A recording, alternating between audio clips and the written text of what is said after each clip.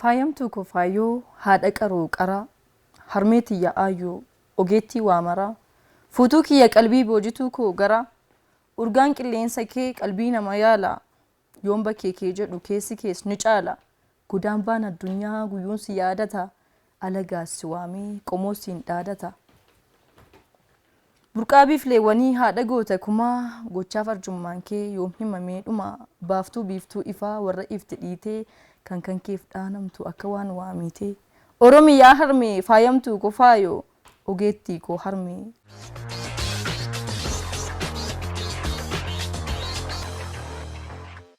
Harmeette Oromiyaa kaastee Oromiyaa immoo harmee faana walittiiti. Egaa haadha yookaan immoo Oromiyaan haadha yookaan immoo biyyoo fi haadha warri jedhamtu jira.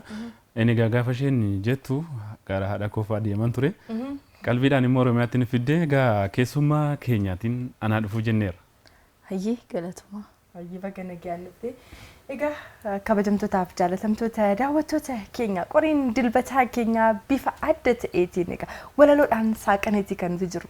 Egaa qoriin dilbataa keenyaa keessummoota qorii ajaa'iba yeroodhaa gara yerootti simbiraan kan ishiin geessu guyyaa har'aatiifis egaa walaleessituu cimtuu tokko istiidiyootti affeerrannee walaloodhaan saaqaneeti kan jiru. Egaa daawwattoota keenya qophiilee hedduu itti bohaartu itti bashannantu irraas barattu jennee yaadne waa hedduu qindeeffanneeti kan jiru miti Zalaalam.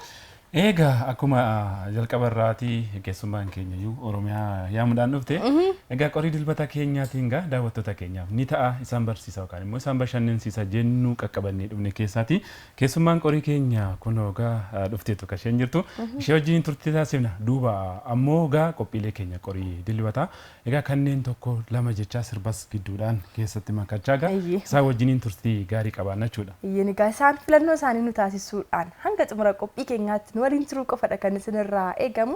Nutis toora qabsiisnee sagantaalee keenya ogaartii akkasumas qoriin odeeffannoon qorii dilbataa keenyaa gara boodaan jira. Soona hambaatiin illee waan isaan daawwachisnu ni qabna. Turtii keessan waliin taasisaa isaaniin jecha mee gara keessummaa qorii keenyaatti dabarru. Keessummaan keenya gaa akkuma yeroo baay'ee yookaan immoo dhiyeenya kana miidiyaalee hawaasaa irratti namoonni dandeettii isaanii ni argisiisu. Namoota dandeettii isaanii argisiisan keessaatii gaa shaamarran egaa amma hin teenyu jechaa jirtu. Anaa dhufuu waa jennuuni simannaa keenya akkamitti nu ibsitame? Taasiftee keessummaa qophii guyyaa har'aa galatoomsin jecha waan naalaattiif carraa nagaan sin gaafadhaa fudhadhaa nagaa koo arsha marka fuuni akkam jirtu. Fudhannee mitiire. Egaa dubbii kiyyaa yommuun itti fufu walaloodhaan malee haasaan naaf hin dhufu walaloon jalqabee walaloo goolaba kanaaf na of kolchaa siniin jechuu barbaada. Of kalee garuu naasa'uu jettee akkam akka goonu hin beeknu. Tarii waanuma gaafannu walaloodhaan nu deebisti ta'ee. Ayyee gaafa biqiltuu nutis baga nagaan dhufte anaa dhufu inni simanneeti kan nuti jirru. Mee waa'ee walaloo fi biqiltuun walitti dhufeenyi isaanii eessarraa eegale kan jedhurraa haa eegallu. Toleyyee galatoomi. Aniif walaloon ijoollummaarraa waliin guddanne. Walaloon anaa fi waan hundaa gooti. Hiriyaa hedduu wantoota hedduu waliin dabarree as dhaqqabne. Wajjin jiraachaa turtan. Wajjin jiraachaa turre arras wajjin jiraachaa jirra gara fuulduraattis kan waliin jiraannu ta'a. Anaaf walaloon waan hundaa gooti akkaataan itti walitti dhufeenya keenyaas uumamaanii ani barnootaan kan argadhe miti uumamaan kan ani qabu jechuudha. Mee as keessatti keessumaayyuu namoonni baay'een ogummaa kan wantoota aartii kana waan ofii isaanii keessa isaanii jiru baasuudhaan manneen barumsaa achis iddoo garaa garaa keessatti guddifataadha akka isaan dhufanii. Ati yoo yookaan immoo biqiltuun yoo keessumaayyuu manneen barnootaa keessa gaafa turte dandeettii kee kana argisiisuu irratti hirmaannaan ati goma sanaatiin qabdu maal fakkaataa tureen hime? Egaa barnoota gaafa barannu gumiin dagaagina afaan Oromoo jira miti. San keessatti barsiisonni keenya barsiisonni afaan Oromoo barsiisan ni jiranii. Gumii garaa garaa ijaaramanii jiran keessaa gumii dagaagina afaan Oromoo keessatti kan hirmaachaa ture. Sanas ta'ummoo gama walalootiin kan hin dhiyaadhe gaafawwan eebbi garaa garaa jiru kan barattoota eebbisuun gaafa jiru wanneen kan gaafa ta'an haga dandeettii gaafa manni barumsaa mul'isaa ture. Mee maal fayyada isa gaafa jiru? Nagaatti lakkas jecha maali? Ani immoo walaloon dhiyeessaa kutaa torbaffaa keessaa gurra raaf ergisaa. Sajjettee taamee jedhame. Ani jedheera walaluu walaleessaa gurranaaf ergisaa kutaa torbaffaa keessaa kan namni maduu kama jedhu akkasuma jechaadha kan nuti gara walalootti gabbifanne. Walaloo kenni jalqabaa maal ture? Walaloon jalqabaan jedhe kan amantiiti ture. Churchii keessatti kan ani guddadhe. Achi keessatti xiqqoodha. Maybe xiqqoo waan hin tureedhaaf yaadadhu. Xiqqoo ta'eetiin ayyaana Faasikaa irratti yookaan du'aa ka'uu gooftaa keenya Yesuus Kiristoos irratti kan ani walaleesse xiqqoo ture hagasuma irratti xiqqoo yaadadhu. Ergasii gahaa gara jireenya hawaasummaa walaloodhaan egaa aartiin yeroo hundumaa ni dubbanna. Jireenya hawaasummaa akkasumas jireenya nuti jiraannullee bifa walalootiin aartiin yeroo garaagaraatiin manni keenya maal keessa jira akkamittiin ibsaa jiruuf jireenya keenya guyyaa guyyaa waan nuti jechaan anaaf Zalaalam Asteenyee daawwattoota keenyaa kun asiin baasiin galeennu isaan immoo bifa walalootiin gabaabsanii akka yaadaaf qalbii namaatti tolutti dhiyeessu. Mee erga garas dhufte walaloo ati jalqaba san erga daganneellee yerooti umriin kee gara dargaggummaa kanatti dhufte jaallatamummaa ittiin argatte? Walaloon ani jaallatamummaa uummata biratti argadhe Godaambaa jedha ture. Kanuma amma dura kaasee waa'ee harmee kan dubbatu. Egaa akkuma beekamu Oromiyaan Godaambaawwan garaagaraa qabdi. Sanumarraa kaasee an jaalalan Oromiyaa qaburraa kaasee jalqaba koo maalifan Oromiyaan goone kan jedhurraa kaasee gama viidiyoo daqiiqaa 4 geessu kaniin Oromiyaa kan ibsuun Godaambaa jedhee dhufe achumaa kaaseetanii viidiyoo kiyya lammaffaa nuuf gamee jedhuu fi sororsaa jedhu kan viidiyoo sadaffaa itti fufee achumarraa ka'ee immoo gara sooshaal miidiyaatti dhufe. Sooshaal miidiyaarraa weellisaa keenya hedduu jaalannu kan fuula Rabbii deemee nu dura Rabbiin kan jannataa godhu Hacaaluudhaaf walaloo awwaardisaa biratti hojjedheen ture. Waltajjiirratti dhiyeessitee turte? Waltajjiirratti otoo hin taane gama sooshaal miidiyaatti marsariitii hawaasaa dhuunfaa keetti sanumarraan kan jaallatamummaa uummataa keessa galee jechuudha. Achumaan jabaachaatti daddabalaa dhufte. Isaan keessaa tokko sanuu fayyadumi? Hedduu natti tola. Sanniin keessaa kam haa jedhu fiiroodhaan doorsifamtee faanan fiksiin saffisaa shomboqqoon shomboqqoo macabeetu si salphisaa namalee mi'eeffattee dhiisii hamiif qoccolloo qamalee firoonfattee neeksisiin boqqolloo fixxeessi qaanessitii maadhaman taqa malee otoo sitti hafee wayyaa ushururuun namaallee nan beekaa kee achi kaawwadhu aabbee furuushkaa coomaa wajjin ani dhamdhamu dhaabbee jedha. Kana jechuun akkamiin biyyi lafaa kun chaalenjiiwwan garaagaraa qabdi. Walaloo kana gara miidiyaatti baasuuf chaalenjii hedduu qaba ture garuu jaalala walaloodhaaf qaburraa kaasee fuula uummata kiyyaatti baasuudhaaf dandeettii kiyya mul'isuudhaaf gaddaaf gammachuu kiyya ibsuudhaaf hedduu rakkataa waan hin tureef chaalenjii sana dhiibee ba'uudhaaf chaalenjiin hagamuu yoonatti ulfaate ati ana biratti shomboqqoodha ani fiirroodha akka jechuutiin jabaadheen dhaabbadha jabeessanii nama laaffisuu. Mee as keessatti keessumaayyuu amma akka isheen dura jette namoonni jiruuf jireenya isaanii keessatti waanta ta'uu fi namoota irratti waan raawwatu irraatii barreessaniin gariin ammoo kitaabota idil-addunyaas haa ta'u hawaasummaa keessa galanii fakkeenyaaf amma Looreet Tsaggaayee yoo ilaalte yeroo sana Leenizimii warra tiyooriiwwan adda addaa keessa kaa'anii siyaasa isa fakkaatuutiin dandeettii ofii yeroo isaan mul'isan lagaatiin yoo isaan mul'isan ammoo Dr. Zalaalem fa'aan jechoota addaafaa fidanii kitaabota wajjiniin jiruuf jireenya hawaasa keenyaa yeroo isaan wanti godhantu mul'ataani. Ati gaafa wanta ta'e barreessitu tariitii yeroo hundaas miidiyaalee hawaasaa irrattis ni argina wanta ta'eef maalirraa kaateetudha yookaan immoo halkan fa'aa warra barreessantu jira micciisee. Aartiin karaa ishiin itti si waamtu hin beekamu kan biqiltuu garuu eessaa dhufe? Jalqabarraa kaaseen haalli guddisa maatiin itti na guddisanii abbaan koo ogeettii fakkii kaastuu akkan ta'u barbaada. Yoon sana hin taane garuu harmeen kiyya xiqqoo dhukkubaa waan turteef yoo barattee cimtee dooktarii taate harmee kan kee yaaltee fayyisuu hin dandeetta waan naan jedhuuf akkan dooktarii ta'uuf na jajjabeessaa ture. Sana biratti immoo akkan fakkii kaasuudhaaf wantoota xixiqqaa akkan akkaasi jedhee haga dandeettis abbaan koo xiqqoo barnoota ni qaba. Sababii sanaaf ofiisaallee fakkii kaasuu ni yaala ture. Sanumarraa kaaseeti kan inni akkan gama kanatti dhufuuf kan na tattaafachiise.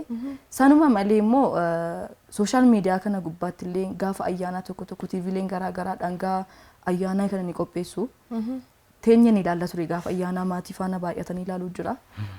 Teenyeen ilaalla sa'aatii sana ijoolleen hedduun kanneen achi gubbaatti waraqaa malee ofii isaaniirraa dubbisan jiru kan sammuu keessaa dubbisanii yoo mana akka isaaniitti miidiyaatti ba'a akkasitti yooman dhiyeessa anis yooman taa'ee ilaalama jedha ture. Har'a jabaan si qaqqabde. Rabbi haa galatu. Mee yeroo tiktookitti keessumaayyuu amma yeroo baay'een keenya dubbiin gaafa tiktokii bira ta'uu geesse miti. Namnu miidiyaa waammachuu maal gochuu waltajjii hin jedhu. Gaafa tiktokii itti fayyadamuu eegaltee wantoota itti dabarsitu namoonni akkaataa ittiin isaan miira isaan ittiin si ibsan akkamitti ibsita laata? Ani gama sooshaal miidiyaa kana gaafa dhuftu wantoota hedduutu jira. Ammoo aartii jechuun akkamii wanta uummata keessa jiru baasanii dubbachuun kan ulfaatu karaa nama dubbatee baasuu danda'u sanii nama sana keessa ilaalte wanta uummanni sun yaadu tarii tas gochuun hin danda'a tuquun hin danda'a kan jedhurraan gama kanatti fidda yoon tarii gama kanaan dubbadhe maybe waan uummata kiyya fayyadu nan dubbadhaa laata jechuudhaan kan inni hagas maratti fiilingii namootaa ilaalee waan boru dhalootaaf illee ta'uu ilaalee gama sooshaal miidiyaa kanatti kan inni ani fidu. Mee isaan keessaatii iyyuu ammuma gabaabsitii kanneen jaalattuu fi keessaatii nu jedhiiti istiidiyoo keenya irraa ammoo waan qopheeffannee qabna waan ta'eef sama duubatti namee jedhe. Ani yeroo baay'ee dhimma tokkummaa irratti kan hin dubbadhu tokkummaa uummataa tokkummaan humna akkuma duratti jennu Oromoon tokkummaa hoo qabaate haga kana adeema ka jedhurraani dhimma tokkummaa irratti ilaallatu kan yeroo baay'ee dubbadhu akkasumas immoo abdiidha kan inni kennu abdii godhadha ce'uu dandeenya tarkaanfachuu dandeenya yoo abdii godhanne hin deemne ka jedhurraa yeroo baay'ee nin dubbadha waan ta'eef kunniin immoo hedduminni isaanii tiktookii kiyyaranii jiranii gamuma sanaa yoo ilaalle wayyana fakkaata. Wanti irraa nu jalqabdu jiraan maal nuti tola? Achuma irraa yoo ilaalle wayyana fakkaata. Hayyee gaamii Zalaalamii kallattumaan istiidiyoodha marsariitii hawaasaa biqiltuu irraa waan qopheeffannee ni qabna. Isa daawwanneen waliin kan walitti deemudha kan ta'u turtiin keessan amma sirra deebiin qorii dirbataa keenya faanaa ta'uun immoo feeraa keenya yeroo maraati. Sichan tarkaanfadha. Hojii koo nan boona akkaman qaanfadha. Ofumaa iyyita wayyaa badaraatu yoo man dhaggeeffadhaan iyya maraatu. Ofumaa iyyita wayyaa badafafa eessatti wal beeku warqeef dhoqqeen lafa. Iyyifattee biraachaa xixiqqoowwan miti dhimma ishee iyyiti naaf dhimma koo miti. Jaataatus jaatama garaan nama gaabbee tisiisatti dhagaa hin darbatan haabbee. Ofumaa maraatteetti waraabee siyyuusti kan waaqayyo kaases eessaa gadi buusti. Na fuuldura deemee cufaa kiyya saaqa kan na faana jirus nama miti waaqa. Dabaleen naaf dhufe kunoo barri weedduu. Utuu salphina koo afaan bantee eegduu milkoomina dachaa ija keen argita kiyoonaaf keessatti ofii kee darbita harruu kootti darbee waaqayyootu guuta boolla sanaaf qottutta ofii keessa buuta oduutti si hambiseen keessaan baatu miicee faana koo saffise akka faana biichee utuut mandararraa oduu kee lallabdu anqaatan qaari'ee cha'oo nan qaqqabdu. Haloo haadha biyyaa haloo haadha firaa. Yashee aartii sabaaf argite gidiraa kutattuu onnattuu qabsooftuu namoomaa weellistuu tokkummaa walleewwan waloomaa baricha dukkanaa baricha cillimii bara aartiif afaan balleessan hillimii baratti qubee'oo waamuu yakka guddaa afaan oromoodhaan weelliste waan hundaa weelluuwwan warraaqsaa kan aadaaf bohaartii sagaleen dabaaltee nuuf guddiste aartii waggaa meeqaatama wareegde bara kee. Aartii afaan keenya godhatte gara kee ofii kee dagattee saba keef jiraatte aartii sabaaf rakkoo dhibee meeqa baatte dhukkubsachaa baattee aartii kee ganamaa utuu hin boqatiin gaaf tokko akka namaa utuu dhukkubarraa hin argatiin fooyyee wayyoo qajeelteere yaa giftii shaggooyyee dhibeen si cabsite si galchite suuqa sireerraa tuun ka'iin seenteere sanduuqa haadha jecha sookoo kan qabsoof bohaartii nagaatti haloo haadha aartii yashee jechi yaada diina cabsu lolee haadha jecha danuu kan qooqni kiilolee haloo haadha qabsoo haloo haadha wayillee ni jirtanu keessa boor iftaan har'allee nagaatti giiftii koo si qabde dirqiitu lubbuun kee jannata nuufaa qananiitu raajiin ta'ee firaa nas dabareen gahee utuman hin yaadin sarpiraayis ta'e kaleessa galgalaa hiriyyaan koo wahii kaafee wayiin jira dafi kootu bahii naan jennaan nan dhaqe anis dafee biraa garuu waa hin arge raajiidha yaa firaa yommuun achi gahee dubbisuudhaaf ka'u gurra duuchateera homaa nan dhaga'u dhufee jilbeeffatee waan garaansaa fedhe qubeelaa as qabee natti heerumtaa jedhe. Utuu hin amaniin himimmaan harcaasaa maqaa himimmaaniif homaan dhabe haasaa. Saphisuurra jedheen himimmaan harcaase tole ittiin jedheen dubbadhe gabbaase. Innis gammachuudhaan quba kootti diree ofitti naqabee gammachuu naaf hire. Narratti gadhiise gammachuusa guddaa adda koo morma koo dhungate waan hundaa. Akkan dhungadduudhaaf yoo garaansaa fedhu yommuun dhungachuudhaaf adda isaatti jedhu kanuma gidduutti qorreen bishaan ta'e guh jedhe addi koo girgiddaan na dhahe.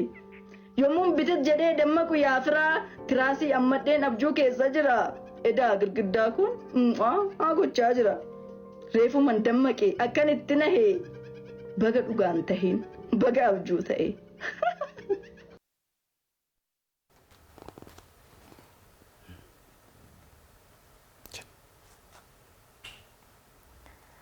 Xurii miiccuu manaa taliila koo carii ariituu dukkanaa bariisiftuu barii coba qalamaa koo kuustuu seenaa kalee raagduu boriif iftaanii yaaddoon koof dagalee. Wareegama qaalii coba dhiigaa gootaa jedhetti fufu. Silaanatti tola. Akkami garuu? Yaad gaariidha. Omaan jettu. Gara walalootti dhufuu danda'a. Gara walalootti dhufuu ni danda'a. Gara walalootti dhufuu yaadi. Hayyee egaa Zalaalamii leetoodha. Kitaaba kuusaa walalooti. Keessumaayyuu yeroo garaagaraatti dargaggoonni amma wantoota jireenya isaanii keessatti isaan qunnamu walalootiin yookaan immoo dandeettii aartiitiin yeroo isaan dhiyeessantu jira. Sana ammoo dagatanii immoo yeroo isaan yookiin immoo maxxansiisiin hafanfaatu jiraniin. Biqiltuun garuu waan ani miidiyaalee hawaasaa irratti ni dhiyeessuu fi kanneen biroo kitaabaatiin qopheesseera jechaa jirti. Anaa dhufuus hin jenneera. Galatuma. Sila istiidiyoo keenyaa fanaa dhufu jennee amma kitaabaa fanaa dhufu jennaa. Mee kitaabni kun maalirratti bu'uureffata? Leetoon maalidha? Egaa kitaabni kuni akkuma beekamu walaloo hojjedha. Kuusaa walalooti. Leetoo jechuun hiikni isaa jireenya jechuudha. Looga gujiiti. Looga gujii jechuun loqoda gujii jechuudha. Sanumarraa kaasee jireenya jechuun maali yookaan jireenyichi isaa kamisa jedhuu fi kitaabichuma keessaa kan argannu ta'a. Mee isaan keessaayyuu qabiyyeewwan garaagaraa kitaaba kana reefuu barreessite inni eebbifamnes natti fakkaata inni. Eebbi kitaaba kanaa reefuu maxxansisaallee kaleessa kan mana maxxansaatii ba'ee. Haaraa jechuudha. Nuti dura qabate. Nuti harkatti qabate dursee. Yeroo jalqabaaf Addis TV irra kan inni seene. Egaa leetoonii maxxansaaf dhiyaatee erga maxxanfamee bahee kaleessa kan inni maxxanfamee yeroo jalqabaaf Addis TV'tti argamee jira. Eebbi kitaaba kanaa gaafa 30 jechuun torbee lamaan kana jechuudha. Ilillii International Hoteelii galma guddaatti kan inni eebbifamu. Narraa hin hafinaa jechuun asumaan affeerraas ni taasisa. Hayyee egaa mee seenaan kitaabota kana keessattuu bifa walalootiin dhiyaatanii maalirratti fuulleeffata? Qabiyyeen isaa maal fakkaata walii galan? Asumaan isa keessaas tokkoosa. Jabaa nu jetti. Egaa kitaabni kun walaloodha. Qabiyyeen isaa hawaasummaa qaba, jaalala qaba, diinagdee qaba. Wantoota hedduu of keessatti qabateeti kan waan keessaa hafee hin jiru. Wanta hafee hin jiru. Leetoo jechuun hiikumsaa jireenya jenneemi. Jireenya keessaa waan hambisnu hin jiru. Sanumaaf itti dabalamee hojjetame. Hundi isaa keessatti hammatamee jira. Mee egaa isaan keessaa akkuma ni jedhe waa eegdamiti. Affeeramuuf yaadaan jira. Egaa achi keessaa kan inni tokko jabaa isiniin jedhu summii moo qoricha jedhu. Bifa keetu lama walii isaan wallaale. Summii moo qoricha ati kun mee yaale. Ofirraa si dhiibu diddeen natti siiqxa. Barbarreen sukkuumtee ija shaboon dhiqxa. Qixan yaaduun duuba faallaa fala fiddee ofitti si butus narraa siiqxa diddee. Yookiin eebba miti yookaan immoo fokkoo hin qabdu qabata dabaa yaanni hookoo. Takkana qirqiddee kolfanatti buusta. Takkammoo qirqiddee dhimimmaan koo kuusta. Utuu na laaffista yoon laafu mudhukee qoricha siin jedhu hin fayyusi dhugee. Yoon tola kee himuuf afaan kiyyas haaqu danooma badii keef jechina hankaaku. Akka kee wallaale si akki lama jibbaaf jaalala keen badee waxalamaa. Yookaan daawwaa taatee dhibeerraa nan seestu yookaan summii taatee dhugee nan ajjeestu. Summii moo qoricha ati kun namana. Naaf himme eenyummaa kee bareetan amana. Makaa waareef waarii kan obboroof subii yoo summiidha taate na ajjeesi gubii. Malee maal makattee hin dhooriin gada koo. Malee wal makattee hin dhooriin gadda koo. Qoricha dhataanaan dafii yaalmadaa koo jedha. Inni masii rakkisee jira. Mee maalirraa kaateetu tariitii egaa jireenya nama hedduu keessa bu'aa bahii yookaan immoo jaalalas jibbas keessas yeroo tokko jaalalas jibbas fakkaatamii amalli namoota tokko biqiltuu maalirraa kaatee kana barreessitee jennee osii gaafanne maalirraa ta'ee deebiinke? Akkuma duratti jenne jireenya ilma namaa chaalenjiiwwan qaba. Sanumarra dhaabbadeetiin kan hin barreesse dhugaa dubbachuudhaa fi namoonni madaa kiyya naaf fayyisu yookaan immoo caba kiyya naaf fayyisu naaf dhidhiibu jennee yaadnu yeroo isaan ittuu nu cabsantu jira. Sababa sanarraa ka'eetini nama qofaas immoo odoo hin taane wantoota jireenya kiyyattiin hin fooyyeffadhaa yookaan kan hin hojjedha jettee haamileedhaan kaate milkaa'uu dhabanii si cabsantu jira. Sanumarra dhaabadhee summii moo qoricha jedhee yookaan summii taate dhugdeet nan ajjeestu yookaan qoricha taate immoo dhugee nan fayyistu jedha. Kanaaf maalaa godhatte? Tokkotti citiidha dubbiin. Hayyaa ta'u egaa hazalaalamii jechoonni filannoon jechoota ishillee waan ajaa'ibaati. Biqiltuun kana gabbifachuuf kitaabota adda addaa dubbisti immoo sadarkaan barnoota ishee qabas tuttuqteetti kan ishee dhiiste. Abbaan kiyyaa yookaan ogeessa fayyaa yookaan ogummaa suuraa kaasutti akka nufu yaada jettee. Mee garamitti citte? Ani kan hin dhaladhee guddadhee godina Horroo Guduruu Wallaggaatti. Naannoo sana jechuun hagas maratti barnootni baay'ee barnootatti namoota ijoollee hedduu ciccimantu jiru. Fakkeenya sana fudhadhee namoonni biizinesiidhaan illee bakkoota gaggaarii gaanii jiranii sanarra dhaabadhee yoon gama dooktarummaa deemee maybe haga sanatti fedhiin kiyya gama walaloo kana jiraamuti.